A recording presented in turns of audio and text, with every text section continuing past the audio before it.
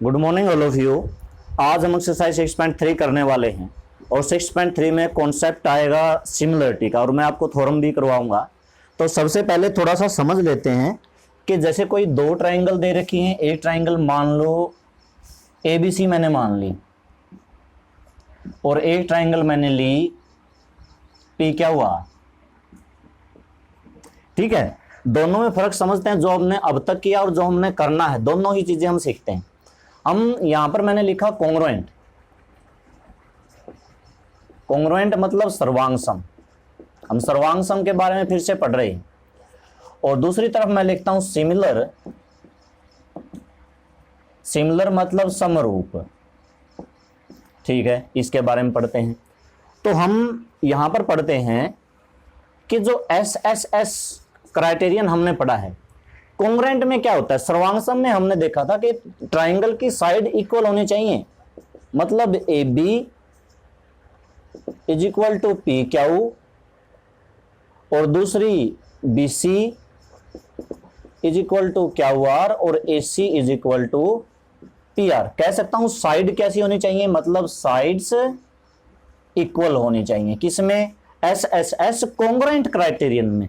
लेकिन similar criterion में ऐसा नहीं होगा। हम पहले ही पढ़ चुके हैं कि सिमिलर में एक फिगर छोटी दूसरी से बड़ी हो सकती है, तो मतलब बराबर नहीं होंगे, लेकिन उनका रेशियो इक्वल होगा। तो सिमिलर में क्या होगा, AB by PQ is equal to BC by QR is equal to AC by PR। ये होगा भाई सिमिलर में। देखो दोनों में फर्क आपको दिख रहा है। इसमें तो साइड बिल्कुल बराबर होती है, एक की 5 सेंटीमीटर है तो दूसरी भी 5 सेंटीमीटर होनी चाहिए, लेकिन इसमें इनका रेशियो बराबर होना चाहिए। छोटी बड़ी हो सकती है फिगर। ठीक है, फिर हम पढ़ते हैं SAS में क्या होता है।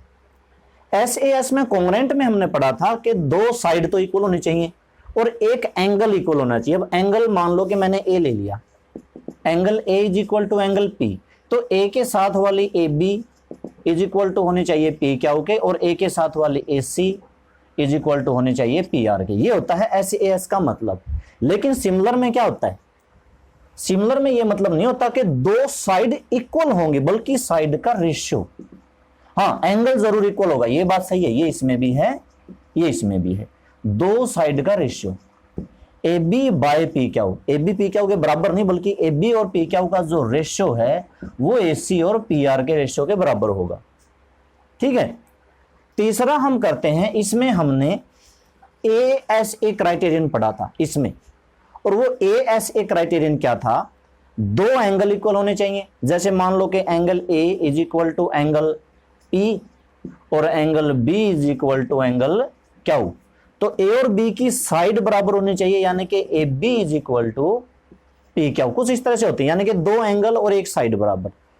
इसमें क्या होता है भाई, इसमें क्या होता है, देखो एक साइड का कंपेयर किसके साथ करेंगे। मैं ये कह दूंगा कि AB बाय PQ, इसका कंपेयर करने के लिए दूसरी साइड तो होनी चाहिए, मतलब इसका यहां पर कोई यूज नहीं है। अरे एक चीज की कंपेयर किसके साथ करोगे, यहां पर हम क्या कर रहे हैं, दो साइड का रेशियो कंपेयर कर रहे हैं। यहां पर क्या कर रहे हैं, तीन साइड का रेशियो कंपेयर कर रहे हैं। कंपेयर करने के लिए कम से कम दो चीजें चाहिए। जैसे कि मुझे कहना है, सिंपल सी बात है कि मैं ये कह रहा हूं ये मार्कर अच्छा है, किससे अच्छा है, कंपेयर करने के लिए कोई दूसरा मार्कर होगा जो कम काम करता होगा, मान लो कुछ खराबी होगी, तब मैं कहूंगा ना कि ये अच्छा है, ये उससे अच्छा है। तो कंपेयर करने के लिए दो चीजें होनी चाहिए। एक साइड की किसके साथ कंपेयर करेंगे, इसको छोड़ दो, तो यहां पर ये सिर्फ दो ही चीज बची, angle A is equal to angle P, angle B is equal to angle Q। दोनों में कॉमन क्या है और दोनों में डिफरेंस क्या है, डिफरेंस है साइड का। यहां पर साइड बराबर होती है, यहां पर साइड का रेशियो इक्वल होता है, यहां पर साइड बराबर होती है, यहां पर साइड का रेशियो इक्वल होता है। अच्छा, ASA कॉन्ग्रुएंट क्राइटेरियन, सिमिलर में इसको ASA नहीं बोला जाता, इसको सिंपल AA बोला जाता है, और या फिर इसको बोला जाता है AAA। ये भी बोल सकते हो, ये भी बोल सकते हो। क्यों बोल सकते हैं, क्योंकि देखो अगर दो ट्राइंगल में दो एंगल इक्वल हैं तो तीसरा अपने आप इक्वल हो जाता है। क्यों? क्योंकि ट्राइंगल का तीनों एंगल का सम 180 डिग्री होता है, 180 डिग्री।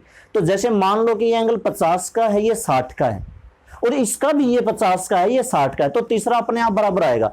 50 और 60 110, 180 से घटाए 70, मतलब यहां पर सी कितना 70, तो यहां पर भी 70 ही आएगा, क्योंकि इसके भी 50 और 60 है। तो आप 2 बार लिखो तो भी ठीक है, 3 बार ए लिखो तो भी ठीक है। ए ऐसे मत लिखना, ए ऐसे सिमिलर में जाके ए हो जाता है, ठीक है, ये होता है भाई इनमें। अब हम एक दो थ्योरम करेंगे। थ्योरम में क्या सीखेंगे? हम सीखेंगे कि जिसकी तीनों साइड का रेशियो इक्वल हो उसमें एस एस एस की बजाय हम एस ए एस भी लगा सकते हैं, ए भी लगा सकते हैं। ये चीजें हम ये चीज सीखेंगे कि ये और ये तीनों एक दूसरे से किस तरह से जुड़े हुए हैं। मतलब कि जैसे अब तक हमने इस तरह का एक्सपेरिमेंट 9th क्लास में कोई थ्योरम नहीं आई कि जिस किसी ट्रायंगल में एस एस एस लगता हो तो उसमें एस एस भी लग सकता है, ए ऐसे भी लग सकता है, इस तरह की कोई थ्योरम नहीं आई। अब सीखेंगे कि जिस ट्रायंगल की तीनों साइड का रेशियो इक्वल हो, जरूरी नहीं कि उसमें एस एस एस लगता हो, उसमें एस ए एस भी लग सकता है, ए भी लग सकता है। ये चीजें हम सीखेंगे जो कि हमारी थ्योरम पहले वाली 6.3 है। पहले मैं आपको 6.3 समझाता हूं, उससे पहले मैं फिर से आपको समझाता हूं। कॉन्ग्रेंट में क्या होता है? कॉन्ग्रेंट में साइड बराबर होती हैं, एंगल बराबर होते हैं, यानी कि दोनों चीजें बराबर होती हैं। सिमिलर में सिर्फ एंगल तो बराबर होते हैं और साइड का रेशियो बराबर होता है भाई। साइड का ratio A B by P Q, A C by P R, B C by Q R, इन दोनों डिफरेंस को अच्छे से समझ गए होंगे। अब थ्योरम 6.3 क्या थी? थ्योरम 6.3, एक मिनट मैं थोड़ा सा देख लूं। उसमें था अगर तीनों एंगल इक्वल हो तो,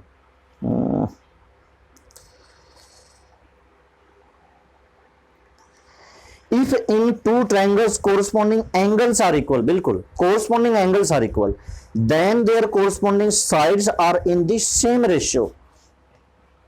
दो ट्रायंगल मैंने ली, छोटी बड़े ले लेते हैं ना, एक छोटी ले लेते हैं एक बड़ी ले लेते हैं।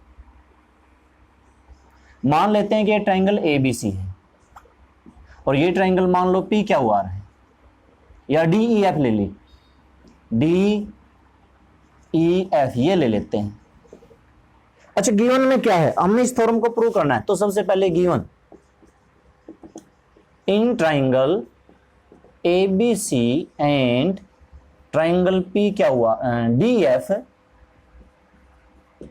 क्या गिवन है? एंगल्स आर इक्वल, लिख दो। Angle A is equal to angle D ले लिया, angle B is equal to angle E लिया, और angle C is equal to angle F, ये तीनों कोण बराबर ले लिए। ठीक है, वैसे तो कोण बराबर होते हैं तो क्या लगना चाहिए? ए, लेकिन हमने प्रूव करना है एस एस एस, और एस एस एस का मतलब साइड का रेशियो। देखो लिख क्या रखा है, साइड का रेशियो मतलब A B by D E, B C corresponding sides A B by D E, B C by E F, A C by D F, ये होती है corresponding side. B C by E F is equal to A C by D F. ठीक है, ये हमें prove करना। Proof से पहले कंस्ट्रक्शन, हाँ कंस्ट्रक्शन होगी इसमें। कंस्ट्रक्शन में क्या करना है? ए बी के जितना डी से यहां पर मैंने कट लगाया है ना, किसके जितना? ए बी के जितना डी, मान लो कि ये डीपी है, मान लेते हैं। ए सी के जितना डी से यहां पर एक कट लगा, मान लो क्या हो, और इसको कर दो आपस में ज्वाइन कर दो, इनको मिला दो बस। आपको यहां पर क्या लिखना है? कट लिख सकते हो, ड्रा लिख सकते हो, क्या लिखूं? Cut DP is equal to A B and, और जो डी क्या होता वो डी क्या हो मैंने किसके बराबर लिया? ए सी का। टेक भी लिख सकते हो आप, take DP is equal to A B और A C is equal to D क्या बराबर ले लिया, कट कर लिया और इनको ज्वाइन कर दिया। ठीक है, अब प्रूफ ये भी लिख दो, ज्वाइन एंड ज्वाइन पी क्या लिख दिया। ठीक है, अब प्रूफ देखो भाई, ढूंढो कहां पर क्या मिल रहा है। हमें मिल रहा है डीपी बराबर ए बी, डी क्या बराबर ए सी, और मिल रहा है angle A is equal to angle D. देखो DP is equal to A B, D Q is equal to A C, ये दोनों चीजें तो बाय कंस्ट्रक्शन है। रचना से हिंदी वाले लिख देंगे। हिंदी इंग्लिश का अब तक तो ज्यादा यूज नहीं आना, ठीक है। कोण बराबर है, साइड बराबर है, बाय कंस्ट्रक्शन मैं शॉर्टकट में लिखता हूं, बाय कंस्ट्रक्शन। चलो पूरा ही ले लेते हैं, नहीं तो बच्चे मेरे साथ साथ शॉर्टकट में लिखने लग जाएंगे। और दूसरा एक एंगल मैंने ए लिया, एंगल डी के, ये क्या हुआ गिवन रचना, और ये तो गिवन ही लिखना है। क्या लग सकता है इन तीन पे, कौन सा क्राइटेरियन लगता है? हम कौन सी ट्रायंगल की बात करें? हम इस ट्रायंगल और इस ट्रायंगल की बात करें, दो तो हैं साइड इक्वल हैं, याद रखना इक्वल में कॉन्ग्रुएंट होती हैं किससे? बाय एस एस ए, मतलब S A S congruent criterion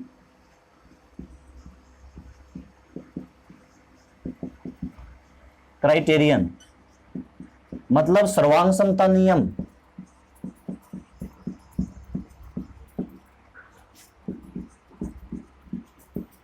नियम से ट्रायंगल। अच्छा ये एक काम और करना भाई, जैसे इधर डी है तो ये डी को लिखना इधर, इधर ए है तो ए को लिखना इधर, ठीक है ना। जैसे इधर डी है ना तो डी इधर होना चाहिए, ए उधर है तो उधर होना चाहिए। और इधर डी है तो कौन सी ट्रायंगल? डी पी क्यू लिखो, और कॉन्ग्रुएंट ए बी सी। मेरी बात को समझ गए? ठीक है। ट्रायंगल ए बी सी को हमने डी पी क्या हो गए, ऊपर वाले के, नीचे वाले के नहीं, ऊपर वाले के क्या प्रूव कर दिया? कॉन्ग्रुएंट प्रूव कर दिया। अगर कॉन्ग्रुएंट है तो इनके सारे पार्ट बराबर हैं। कॉन्ग्रुएंट में तो साइड भी इक्वल होती हैं और एंगल भी इक्वल होते हैं। तो एंगल डी तो ए के पहले से ही था, इसका मतलब पी वाला एंगल बी के बराबर होगा। इसका मतलब पी वाला कौन सा? डी पी क्या हो, किसके बराबर होगा? डी पी क्या हो, एंगल बी के बराबर होगा। और डी क्यू पी किसके बराबर होगा? एंगल सी के बराबर होगा। ठीक है, इसका मतलब है ये वाला एंगल इसके बराबर है। ऊपर देखा जाए तो बी पहले किसके बराबर था? बी पहले इसके बराबर था। देखा जाए तो ये तीनों एंगल बराबर हो गए। अभी देखो angle C D Q P के बराबर हो चुका। जो सी वाला है इसमें मैं दो निशान लगा देता हूं तो ये इसके बराबर हो गया। और ऊपर देखा जाए तो सी एफ के बराबर था, सी एफ के बराबर है तो इसके भी दो निशान लगा दिए। तो मतलब सी एफ क्या हुई? ये तीनों बराबर हो गए। ठीक है, कहने का मतलब ये आपस में बराबर हो गए ना। मैं ये कहना चाहता हूं विच इंप्लाइज, अच्छा ये किससे होगा? बाय सीपीसीटी, सीपीसीटी से। ये भी किससे होगा? बाय सीपीसीटी, सीपीसीटी से। ठीक है, तो सो इसलिए हिंदी में क्या लिख सकते हैं? इसलिए डीपी क्या हो बराबर बी और बी बराबर ई। ये बी की वैल्यू ई यहां रख दो तो मैं कह सकता हूं एंगल डी पी क्यू बराबर बी की वैल्यू क्या है? ई। और जो एंगल, चलो इतना बहुत है, इतना बहुत है कि ये एंगल और ये एंगल बराबर हो गया। यूं बताओ ये एंगल और ये एंगल कौन से एंगल बनते हैं? सोचो थोड़ा सा, पुराने क्लास में जाओ, 7th 8th उसमें जाओ, कौन से एंगल बनते हैं? कोरस्पॉन्डिंग एंगल, जिनको हम संगत कोण कहते हैं। संगत कोण याद रखो भाई, संगत कोण, एकांतर कोण, अंतः कोण, वो alternate interior angle, corresponding angle. तो ये कौन से एंगल बनते हैं? Corresponding angle. कोरस्पॉन्डिंग एंगल बराबर कब होते हैं? कोरस्पॉन्डिंग एंगल बनते तो हैं, लेकिन कब बनते हैं? जब ये पी क्या हो, इसके क्या हो, पैरेलल हो, तभी ये कोरस्पॉन्डिंग एंगल, जो alternate interior angle, alternate exterior angle, वो सारे तभी बनते हैं। वर्टिकल अपोजिट एंगल शीर्षा नहीं, वो तो अलग है, खैर शीर्षाभूमि। तो ये इसका मतलब ये है, इसका मतलब ये है, क्या लिखना है? These two angles make the pair of, यहां पर नीचे तो नहीं लिखा जाएगा, इसको हिंदी में अब साफ कर देता हूं, यहां पर लिख देते हैं these two angle make the pair of corresponding angle, corresponding angle. So P Q parallel E F, Hindi में क्या लिखना है? ये कोण संगत कोणों के युग्म बनते हैं। इनको क्या लिखते हैं? ये कोण संगत कोणों के युग्म बनते हैं। तो पी क्यू पैरेलल है ई एफ। अब आगे यहां इस पे कौन सी थॉर्म लगती है? ये तो देखो आगे की आगे चलता जाएगा। पी क्यू ई एफ पे कौन सी थॉर्म लगती है? ये पी क्यू इसके पैरेलल हो चुका, थेल्स थॉर्म लग सकती है, by Thales theorem, Thales theorem. Thales theorem क्या कहती है कि डीपी बाय डीई, पूरी साइड ले रहा हूं भाई मैं, ठीक है, ले सकता हूं। कल परसों हमने बात की थी कि हम डीपी बाय पीई भी कर सकते हैं और डीपी बाय चाहे तो पूरी डीई भी कर सकते हैं ना। तो इज इक्वल टू क्या करना पड़ेगा, इक्वल टू डी क्यू बट्टा डी एफ करना पड़ेगा। बात को समझना, डी क्यू बाई क्या करना पड़ेगा, डी एफ करना पड़ेगा। क्या यहां पर किसी की वैल्यू रख सकता हूं, डीपी की वैल्यू रख सकता हूं, डीपी की वैल्यू ए बी और डी क्यू की वैल्यू रख सकता हूं, ये रख लेना। नीचे रखना, वैसे तो मैं यहीं पर रख रहा हूं। डीपी की वैल्यू मैंने रखी A B by D E और is equal to D Q की वैल्यू रखी मैंने A C by D F, ठीक है। थेरेस थ्योरम से ये निकाला और यहां पर डीपी और डी क्यू की वैल्यू रख दी, ये आया। ये क्या आया, ये मेरे ख्याल से दो पार्ट आ चुके हैं, दो नहीं मतलब फर्स्ट और थर्ड आ चुका है। A B by D A C by D F. अब बीच वाला रहता तो सुनो भाई, बीच वाले को प्रूव करने के लिए ये प्रोसेस दोबारा से शुरू करनी पड़ेगी। कैसे, अभी मैंने इसके इक्वल यहां पर यहां और यहां कट लगाए हैं। अब दोबारा से देखो, पहले मैंने यहां के बराबर यहां कट लगाया, यहां के बराबर यहां कट लगाया, इस तरह से मिलाया। मैं आपको बता देता हूं, बाकी करना नहीं है। अच्छा, इसके बराबर यहां से यहां ऐसे कट लगा सकते हैं और इसके बराबर यहां से यहां ऐसे कट लगा सकते हैं, इसको मिला सकते हैं आपस में, फिर ये दोबारा प्रोसेस हो जाती है। तो इतना बड़ा हम कहां करेंगे, यानी कि क्वेश्चन दोबारा करना पड़ेगा, तो वो नहीं करेंगे, हम लिख देंगे सिमिलरली। जैसे हमने फर्स्ट को थर्ड के इक्वल दिखाया, वैसे फर्स्ट को सेकंड के भी इक्वल दिखा सकते हैं। Similarly we can prove that, second को सीधा ही लिख देंगे बी सी बाय में ई एफ, ठीक है। इसी प्रकार से लिखना है, हिंदी में क्या लिखना है, इसी प्रकार से हम ये सिद्ध कर सकते हैं। सिमिलरली यहां पर लिख देना, अगर बीच में लिखना चाहो तो वी कैन प्रूव दैट। अब ये इसके बराबर भी है, ये इसके बराबर भी है, मतलब ये तीनों हैं। सो एक लिख दो, हैंस लिख दो, इसलिए लिखोगे जो भी आप लिखोगे, मतलब ये तीनों बराबर हैं। A B by D E is equal to B C by E F is equal to A C by D F. मैंने थोड़ा सा शायद छोटा लिख दिया, मैं एक बार चेक भी कर लूँ, क्योंकि कई बार नीचे दिखाई नहीं देता, नहीं दे रहा है आपको। तो ठीक है, ये थ्योरम थी हमारी 6.3, इसको आप समझ लो। थ्योरम कौन सी थी ये, 6.3 थ्योरम थी, ठीक है। इसमें क्या दे रखा था, दोबारा से समझ लो क्या दे रखा था। दो फिगर्स के, दो ट्राइंगल के एंगल इक्वल दे रखे थे, और लेकिन हमने क्या दिखाना था, उनकी साइड प्रोपोर्शनल दिखानी थी। तो देखो समझो इस बात को, एंगल इक्वल में क्या होता है, ए क्राइटेरियन, लेकिन लग कौन सा गया, एस क्राइटेरियन। कल हम एक दूसरी चीज सीखेंगे, उल्टा भी सीख लेंगे। जैसे एस दे रखा हो और उसमें फिर ए कैसे लगाना है, और उसमें एस से कैसे लगाना है, एस कैसे लगाना है, ये सारी चीजें आपस में जुड़ी हुई हैं। जिस ट्रायंगल में एक क्राइटेरियन लग सकता है, उसमें बाकी के सारे क्राइटेरियन लिख सकते हैं। जैसे इसमें एंगल बराबर थे, तो मतलब हमें ए क्राइटेरियन लगाना था, लेकिन इसमें देखो साइड भी प्रोपोर्शनल आ गई, तो इसमें हम एस भी लगा सकते हैं। कल बाकी की चीज और सीखेंगे। तो आज के लिए एक तो ये करो थ्योरम, और अब करते हैं सम। एक्सरसाइज भी 6.3 है, थ्योरम भी 6.3 है।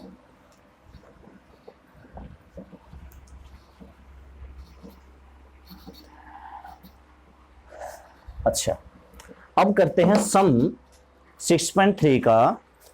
फर्स्ट सम है, इसमें हमें क्या बताना है, बस यस और नो का आंसर देना, मतलब हमें बताना है कि ट्राइंगल सिमिलर हैं कि नहीं है। नहीं है तो क्यों नहीं है।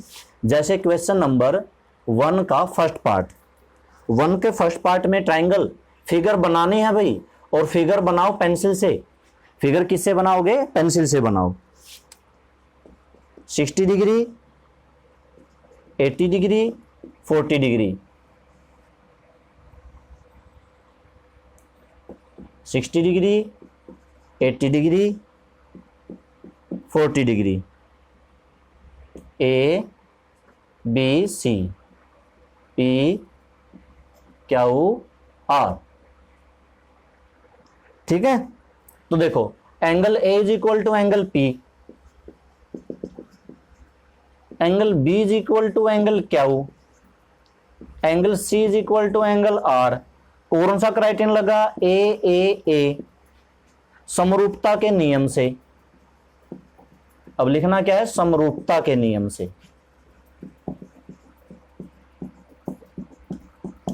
समरूपता के नियम से triangle ABC similar triangle P क्या हुआ, ये सिंबल होता है। कॉन्ग्रुएंट का हम सिंबल लगाते थे, दो इक्वल करके ऊपर इस तरह से कर देते थे, अब खाली ये करना है। ये किसका है, सिमिलर का। ठीक है, अगला पार्ट, दूसरा पार्ट है, सेकंड पार्ट है, ट्राइंगल दे रखी हैं ए बी सी,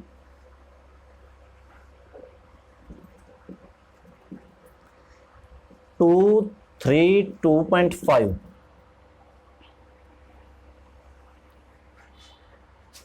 ये भी ए बी सी है, ये है पी क्या हुआ, ये है 4, ये है 5, ये है 6। अब ऐसे मत करना भाई, एक आध में क्या होगा, ऐसे नहीं कि 2.5 के बारे में 4 कर दिया, 3 के बारे में 5 कर दिया, 2 के बारे में 6 कर दिया, ऐसा जरूरी नहीं है।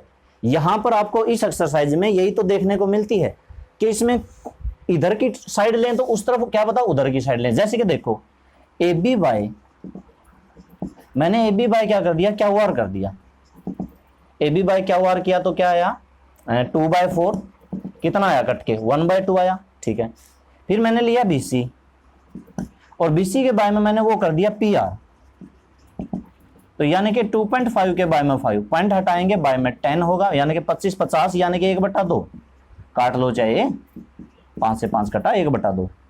फिर मैंने लिया ए सी, ए सी बाय मैंने किया P Q is equal to किया 3/6, ये भी कट के कितना आया 1/2। देखो ये कटेगा 1/2, ये कटेगा 1 और ये कटेगा 2, तीनों का रेशो बिल्कुल इक्वल आ रहा है 1/2 1/2 1/2, तो मैं कह सकता हूं ये तीनों के तीनों इक्वल हैं।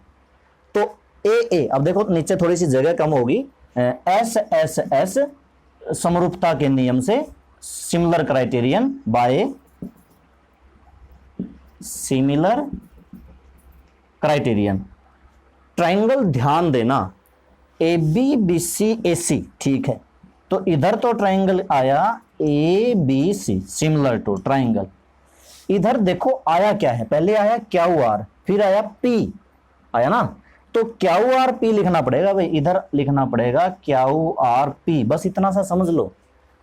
पहले क्या आया है क्यू आर, फिर आया है पी। अच्छा, हो सकता है क्यू आर की जगह आर क्यू लिखना पड़े, ये और देख लेता हूं मैं। पहले ली ए बी बी सी, हाँ तो A B C, Q R P R, हाँ बिल्कुल ठीक, क्यू आर के बाद पी आ रहा है, ठीक है, क्यू आर पी लेना है, बिल्कुल सही है। ये बहुत ऑर्डर सही होना बिल्कुल जरूरी है, ये आगे पीछे हो गया तो पूरा गलत। इसी के तो मार्क्स मिलते हैं, इसी के तो ऑप्शन के कई सारे क्वेश्चन बनते हैं। ठीक है, कौन सी होनी चाहिए। अब देखो मैं आपको समझाता हूं, बाकी आगे पूरा तो नहीं लिख के बताऊंगा, लेकिन आपको मेन चीज समझा दूंगा। अब थर्ड पार्ट है, थर्ड पार्ट देखो भाई सिमिलर होगी ही नहीं, थर्ड पार्ट में सिमिलर नहीं होगी, क्योंकि देखो जैसे एमपी के बाय में डीई करेंगे 4 1/2, और ईएफ के बाय में या एलपी के बाय में ईएफ कर देंगे 3/6, वो डीएफ कर देंगे, लेकिन 2.7 के बाय में 5 करोगे कटेगा नहीं, ये तीनों बराबर नहीं आएंगे, सिर्फ 2 बराबर आएंगे, एक तो जो 2/4 करोगे, एक जो 3/6 करोगे, लेकिन 2.7/5 कटेगा ही नहीं। तो क्या लिखोगे, these triangles are not similar. ठीक है, कोई क्राइटेरियन नहीं लगा इसमें। अगला देखते हैं, अगले क्वेश्चन में देखो एक ये फिगर दे रखी है, ये एंगल कितने का है 70 का, यहां पर लिख रखा है 2.5, यहां पर लिख रखा 5 एम एन एल। एक और ट्राइंगल है इस तरह से, क्यू आर पी 76 और 10, angle M is equal to angle Q, angle M is equal to angle Q. ठीक है भाई, एम एन 2/5 के बाय में क्या करें,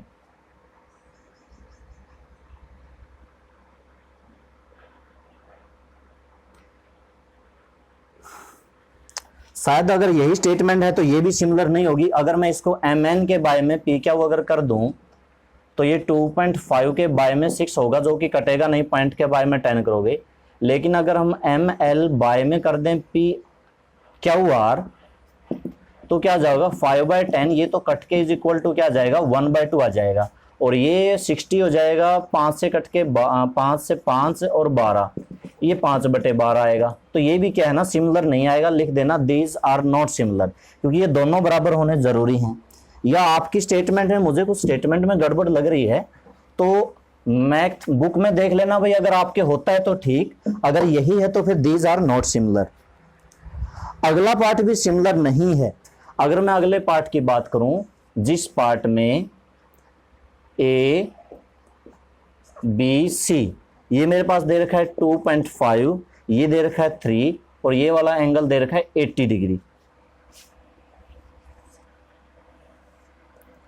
ये वाला दे रखा है 6 ई एफ डी, ये वाला दे रखा है 5, ये वाला दे रखा है 6, और ये वाला एंगल दे रखा है 80 डिग्री। तो इस पे नहीं लगा सकते। क्यों नहीं लगा सकते? क्योंकि देखो यहां पर ये वाली साइड दे रखी, ये वाली साइड दे रखी है, दोनों साइड के बीच का एंगल दे रखा है, ये है बिल्कुल सही। यहां पर ये साइड दे रखी है, ये साइड दे रखी है, तो दोनों साइड के बीच का एंगल ये वाला 80 डिग्री का होना चाहिए था, ना कि ये। तो ये है गलत। तो इनको क्या लिखेंगे? These are not similar. Figure बनाओ, लिखो angle does not lie between the given sides, मतलब दी गई भुजाओं के बीच कोण स्थित नहीं है, इसलिए त्रिभुज सिमिलर या समरूप नहीं है। Last part,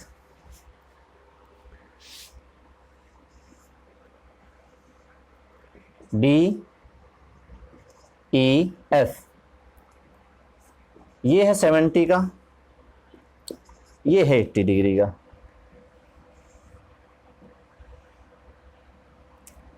P Q are, ये एंगल 80 डिग्री का, ये एंगल 30 डिग्री का। देखो सबसे पहले तो इन तीनों का सम 180 डिग्री करके आपको ये थर्ड एंगल निकालना है, ये आएगा 30 का। इसका भी तीनों का जोड़ 180 करके 80 30, ये कितने का आएगा 110, मतलब 70 का आएगा।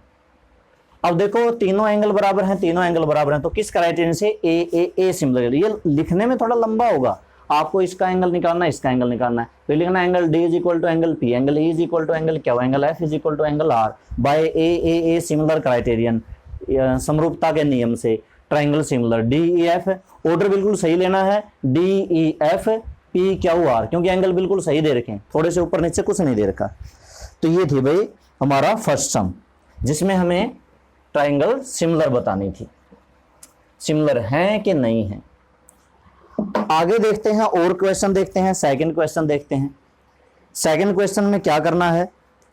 सेकंड क्वेश्चन ये वाला है, दो लाइन है, इनके बीच में ये फिगर है, ए बी सी डी। कौन से एंगल हैं? ये वाला एंगल कितने डिग्री का? 70 डिग्री का, ये 125 डिग्री का, इसका नाम है O। In figure 6.35 triangle similar हैं, बिल्कुल। गिवन वगैरह मत लिखना, क्योंकि इसमें निकालना है, थ्योरम नहीं है ये। हाँ वैसे लिख दो triangle ODC similar triangle OBA, ये लिख दो। और क्या क्या है? Angle BOC 125 degree, angle CDO 70 degree, बाकी निकालना है, ठीक है। अच्छा, सबसे पहले ट्रायंगल ODC सिमिलर है, इसका यूज करो। देखो बिकॉज, इसको बाद में लिखेंगे, ये साइड में लिख लो। इस पे क्या लगाओ? CPCT। हाँ एक और बात भाई, कॉन्ग्रुएंट में क्या लगता है? CPCT। सिमिलर में क्या लगेगा? CPST। समरूप में ST और सर्वांगसम में CT, ये भी याद रखना। CPCT का मतलब होता है corresponding parts of congruent triangle, और इसका मतलब होता है corresponding parts of similar triangle, इसलिए इसमें S आता है, सिमिलर ट्राइंगल, ठीक है। हिंदी में क्या कहते हैं? सर्वांगसम त्रिभुजों के संगत भाग, और इसको क्या कहते हैं? समरूप त्रिभुजों के संगत भाग, ठीक है। तो इस पे कौन से एंगल होंगे? एंगल O तो O है। हाँ, एंगल डी जो है यानी कि ओडीसी जो है किसके इक्वल हो जाएगा, ओ बी ए के इक्वल हो जाएगा, किससे, बाय सीपीएसटी लिखना भाई क्योंकि ये समरूप है। अच्छा, angle OCD is equal to किसके हो जाएगा, ओएबी के। देखो ओसीडी ओएबी, ये भी किससे, बाय सीपीएसटी से। ठीक है, अब किसकी वैल्यू दे रखी है, बिकॉज किसी न किसी की तो दे रखी होगी इनमें से, एक तो दे रखी है बीओसी की। ठीक है, चलो बीओसी की ही लिख लेते हैं 125 डिग्री, और किसकी दे रखी है, सीडीओ की, सीडीओ की ये कितने का दे रखा है, 70 डिग्री। तो देखो ये ओडीसी सीडीओ ही है, ओडीसी कहां बनता है, डी पर, और सीडीओ कहां बनता है, डी पर। तो दरअसल इसका ऑर्डर चेंज कर दिया, इस सीडीओ को ही हम क्या लिख सकते हैं, ओडीसी लिख सकते हैं। तो ये वैल्यू अगर 70 की है तो ये वैल्यू भी किसकी है, यानी कि इसका मतलब हम सीडीओ को क्या लिख सकते हैं, ओडीसी, और ये वैल्यू इसमें रख देंगे तो which implies angle O B A कितने का होगा, 70 डिग्री का होगा। अब ओबीओ को इसमें हो सकता है एबीओ लिख रखा हो, एक काम करते हैं यहीं पर इसी का ऑर्डर, वरना क्वेश्चन लंबा हो जाएगा ना, यहीं पर ऑर्डर चेंज कर देते हैं। कैसे चेंज कर सकते हैं, इसी को हम शुरू में क्या लिख देते हैं, सीडीओ लिख देते हैं, सीडीओ, और इसी को शुरू में एबीओ लिख सकते हैं, बस बात खत्म। अच्छा, और तो ये सीडीओ मेरा 70 का था, इसमें रखा तो which implies angle ABO is equal to 70। अब समझना, सीडीओ ये वाला 70 का था, इसका ये वाला 70 का आया कि नहीं आया। अब देखो मैं फिगर में ही निकाल के बता सकता हूं, आपको क्वेश्चन में कर लेना। ये 125 का है तो ये पूरा कोण कितना का होता है, 180 डिग्री का होता है। अगर ये 125 का है तो 180 से 125 घटा के 55 का आएगा, 55 का आएगा। ठीक है, आपको लिखना क्या पड़ेगा, angle COB plus angle COD is equal to 180 degree linear pair, रैखिक युग्म लिख दो, लीनियर पेयर। और एंगल COB हमने 125 का दे ही रखा है, BOC लिख रखा है, चलो इसको ये BOC लिख रखा।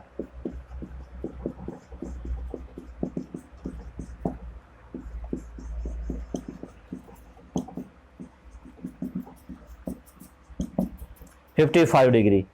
ठीक है, ये 55 डिग्री का आया तो ये भी 55 डिग्री का। वर्टिकल अपोजिट शीर्षाभिमुख कोण, ऊर्ध्वाधर सम्मुख कोण। दूसरी बात, इस ट्रायंगल का ये 70 का, ये 55 का है, तो तीसरे का कितना होगा, दोनों को जोड़ो कितना आया, 125। 180 से घटाओगे तो ये भी कितने का आया, 55 का आएगा। इन दोनों को जोड़ के घटाओगे तो ये भी कितने का आएगा, 55 का आएगा। इस तरह से हम कोण निकाल सकते हैं।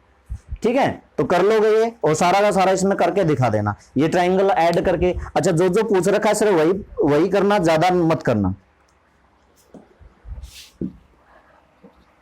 और देखते हैं,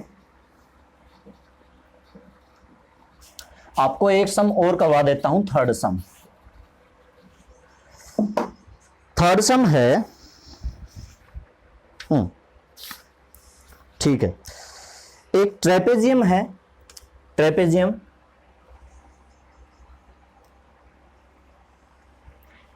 के यहां से भी नाम दे सकते हो, A, B, C और D, जिसमें AB DC पैरेलल है। डायगोनल इसके इंटरसेक्ट करते हैं O पर, डायगोनल O पर इंटरसेक्ट करते हैं। तो देखो गिवन में क्या लिखोगे, इन ए trapezium diagonals AC and BD intersect at O to prove OA by OC is equal to OB by OD। Proof देखो, यही question same to same exercise 6.2 का 9th था, उसकी स्टेटमेंट पढ़ो और इसकी स्टेटमेंट पढ़ो, बिल्कुल सेम है। लेकिन उस टाइम पे हमने सिमिलर कॉन्सेप्ट ना लगा के उसको थेल्स थ्योरम से प्रूव किया था। अगर हम इसको सिमिलर कॉन्सेप्ट लगा के कितना जल्दी कर सकते हैं वो देखो। ये ट्रेपेजियम है और ट्रेपेजियम की जो ए बी साइड है वो पैरेलल है डीसी के। अगर नहीं है देख लेते हैं, नहीं भी है तो लिख देंगे, क्या लिख देंगे, because A B C D जे ट्रेपेजियम या समलंब है, इज ए ट्रेपेजियम, इससे लिख सकते हैं, कोई दिक्कत नहीं। और अगर दे ही रखी है तो फिर तो सही।